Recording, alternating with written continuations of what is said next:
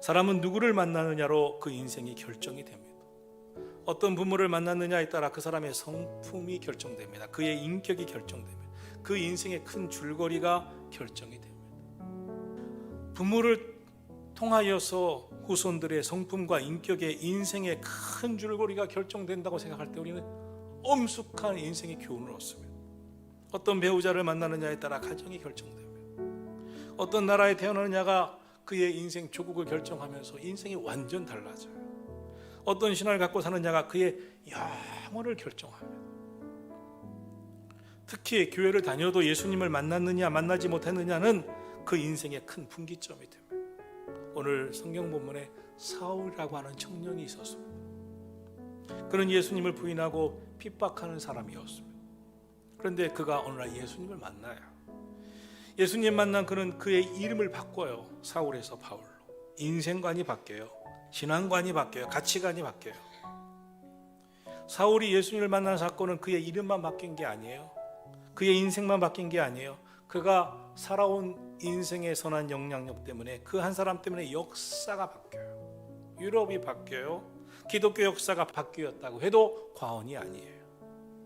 사울이 예수님 만남으로 복음이 이스라엘 땅에서 전 세계의 복음으로 연결되는 놀라운 축복의 역사가 이루어집니다.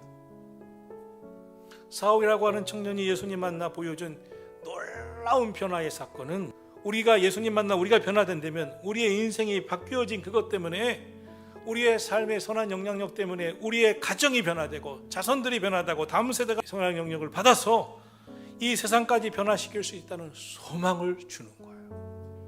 예수님을 만난다고 하는 것은 이처럼 어마어마한 즉 세상을 바꿀 수 있는 놀라운 일의 시작이 되는 것입니다.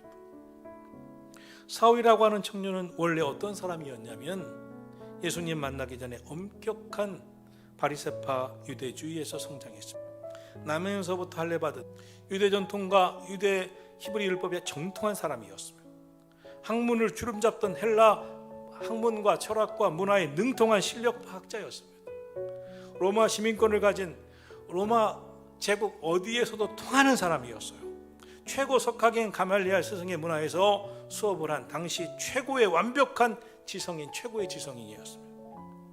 뿐만 아니라 경제 활동을 할 수 있도록 가능하도록 당시에 많은 사람들이 유목 생활을 했던 그 시대에 반드시 가져야 하는 텐트, 즉 천막을 만들어 파는 기술자였습니다. 출신도 최고, 학벌도 최고, 신분도 최고, 가문도 최고, 개인적인 능력이나 경제적인 면도 최고였습니다. 그렇게 볼 때 그 당시 기독교인들은 사회적 빈민층, 사회적 소외된 사람들이 대부분이었던 시대에 이분은 매우 구별된 지성인으로 기독교와는 거리가 멀었어요. 그래서 예수님 만나기 전에 사울은 교회에 대해, 예수님 믿는 사람들에 대해 좋지 않은 감정이 그 마음에 자리 잡고 있었습니다. 교회가 이 땅에 자리 잡지 못하도록 반대하는데 앞장서서 회방을 놓았습니다. 오늘 성경에 일어난 사건도 이 사울 청년은 다메섹까지가 교인들을 붙잡아 오고 그들을 학대하기 위해 가는 길이었습니다. 그런데 갑자기 이 사울에게 호련히 하늘로부터 빛이 둘러 비춥니다. 그의 눈을 멀게 해요. 순간 그는 그 빛에 눈이 멀어 땅에 엎어집니다. 그때였으면 하늘로부터 소리가 납니다. 사울아, 사울아, 네가 어찌하여 나를 박해하느냐. 사울이라는 청년은 스데반 집사를 돌로 쳐 죽이는데도 앞장서는 교회 핍박하는데 그를 막을 사람이 아무도 없었어요.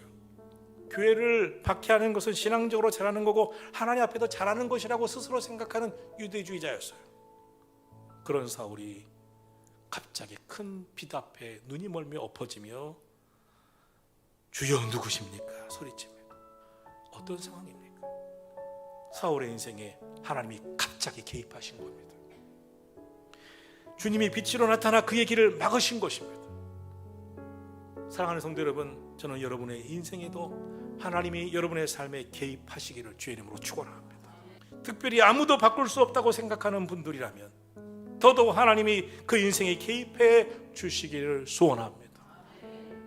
사람 고쳐 쓰는 것은 아니라고 얘기해요. 그러나 그런 사람이라도 변화시킬 수 있는 분이 한 분 있어요. 오직 한 분이 있어요. 예수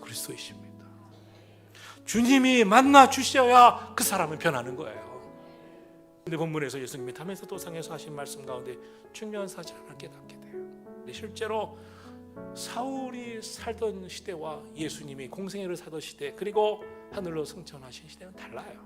사울아, 내가 어찌하여 나의 교회를, 이 초대교회를 핍박하고 있느냐 하는 질문이 맞아요. 그런데 그렇게 말씀하지 않으세요.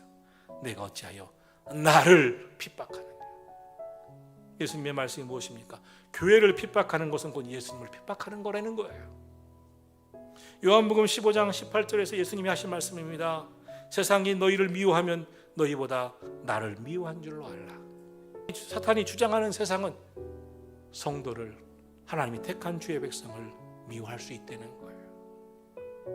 사울이 그 순간 주여 누구십니까? 라고 외칩니다. 그 빛과 음성 앞에 예수님을 부인하던, 예수님은 가짜라고 외쳤던 그가 주여라고 말합니다. 순간 거부할 수 없는 그 주님의 놀라움 앞에 섭니다. 나를 이렇게까지 찾아와 나의 무릎을 꿇게 하시는 당신은 누구신가요? 나의 주장, 나의 신념을 꺾고 나를 엎드려 찌게 한 사람은 아무도 없었는데 나를 꺾게 한 당신은 누구신가요? 주여 누구십니까? 이르시 나는 내가 박해하는 예수다. 성경을 보는 사울은 그 빛에 눈이 멀어요. 그래서 사흘 동안 보지도 먹지도 마시지도 못해요. 그때였습니다. 다메섹에는 아나니아라고 하는 예수님의 제자가 있었어요. 그에게 주님이 사울이라고 하는 사람이 지금 눈이 멀어 있는데 그를 찾아 그에게 안수기도 해줘, 다시 눈을 보게 해라. 예수님은 사울을 만나 그 시간 그의 무릎을 꿇게 하시고 그를 꺾으시고 불러주신 것만이 아니었습니다. 그 순간 동시에 다발적으로 한쪽에서는 아나니아를 준비시켰어요. 에베소 1장 4절입니다. 곧 창세전에 그리스도 안에서 우리를 택하사 우리로 사랑 안에서 그 앞에 거룩하고 흠이 없게 택하셨다고. 예수님을 알면 우리의 인생이 해석이 되기 시작합니다. 내가 지금 이곳 선한 목자교에서 신앙생활하고 있는 것이 하나님의 뜻이 있었구나. 나에게 이런 일이 있었던 것은 다 주님의 뜻이었구나. 내가 병들었었던 것도 하나님의 뜻이 있었구나. 하나님의 뜻이 숨겨져 있었구나. 내가 그 가정에서 태어난 것도, 그 사람을 만난 것도, 내 인생에 그 어떤 사람이 찾아와 내 인생에 개입한 것도 다 하나님의 뜻이 있었구나. 과거에는 해석되지 않고 보이지 않았던 그것이 이제 예수님 만나고 은혜를 받고 나니 깨달아지는 거예요. 보이기 시작하는 거예요. 느끼기 시작하는 거예요. 사울은 갑자기 눈이 멀고 상상도 못한 일을 만났습니다. 사람들이 이끌어줘야만 갈 수 있는 인생이 되었어요. 그런데 그 후 3년을 하나님은 아라비아로 보내 그를 훈련시키십니다. 그가 훈련받는 이 긴 시간은 하나님의 사람으로 변화되는 그런 시간이 되었어요. 하나님의 사람에게는 반드시 이런 시간이 필요합니다. 변화되어가는 시간, 거룩한 고통의 시간, 묵묵히 가야만 하는 거룩한 침묵의 시간, 하나님이 우리를 하나님의 사람으로 만들어가는 그 시간, 이것은 결코 그 인생의 실패라고 말할 수 없어요. 그 인생을 새롭게 하신 은혜의 시간인 줄 믿으시기를 축원합니다. 본문의 후반분 20절부터는 사울이, 사도 바울이 변화된 모습을 우리에게 보여줍니다. 여러분, 인생에서 가장 귀하고 행복한 것이 여러분 무엇입니까? 내가 변하는 거예요. 변화된 삶을 사는 것을 보는 거예요. 무엇보다 내가 하나님의 사람으로 변화되는 것처럼 큰 기쁨이 어디 있어요? 세상적 가치관에서 벗어나 하늘의 가치를 알고 사는 사람으로 변했습니다. 땅에 속해 살던 그가 영원한 하나님의 나라를 바라보며 살아가는 인생으로 변화가 일어났어요. 이것을 위해서 사울을 주님이 만나주신 거예요. 고통을 주신 거예요. 그에게 아픔을 주신 거예요. 눈이 멀게 하신 거예요. 아나니아를 만나게 하신 거예요. 변화시켜 주시려고. 사랑하는 성도 여러분, 오늘 저와 여러분도 이런 변화의 축복이 일어나기를 예수님의 이름으로 축원합니다. 여러분 가정도 이제 변화되기를 축원합니다. 분명한 것은 사도 바울을 부르신 하나님은 저와 여러분도 부르셨다는 거예요. 사도 바울을 위해 준비해 놓으신 주님은 오늘 우리를 위해서도 준비해 놓으셨다는 거예요. 주님이 아나니아라는 제자에게 말씀하십니다. 주께서 이르시되 가라, 이 사람은 복음을 전하라고 택한 나의 그릇이다. 그가 내 이름을 위하여 얼마나 고난을 받아야 할 것을 내가 그에게 보이리라. 저와 여러분도 하나님이 택한 하나님의 사람입니다. 본문이 10절입니다. 바울이 즉시 예수가 하나님의 아들이심을 전파하기 시작합니다.